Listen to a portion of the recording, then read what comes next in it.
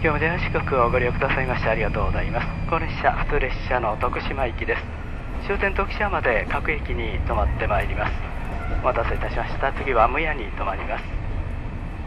途中池の谷19時7分着、正髄19時12分、終点徳島には19時30分、7時30分に到着いたします。